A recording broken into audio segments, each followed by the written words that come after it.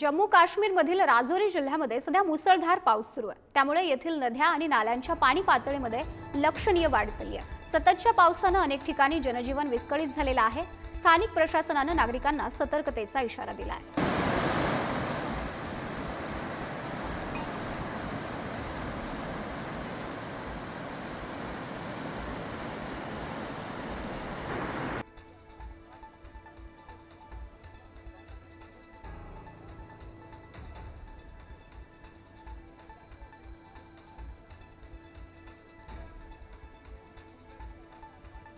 प्रतिनिधी सुशांत पाटील आपल्याशी जोडले गेलेले आहेत। सुशांत, जम्मू काश्मीरमध्ये मुसळधार पाऊस आपल्याला पाहायला मिळतो आहे। अनेक नद्यांना पूर आलेला आहे। काय परिस्थिती आहे जम्मू काश्मीरमध्ये?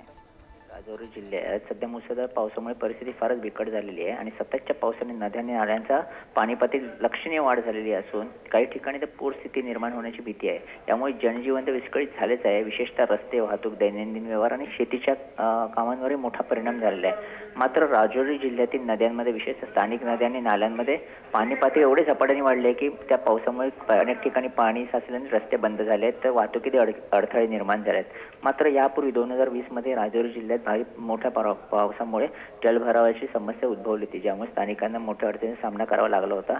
मात्र आताही तशाच परिस्थितीचा नागरिकांना सतर्क राहण्याचा इशारा स्थानिक प्रशासनाने दिलेला आहे। नक्कीच सुशांत, धन्यवाद या माहितीसाठी।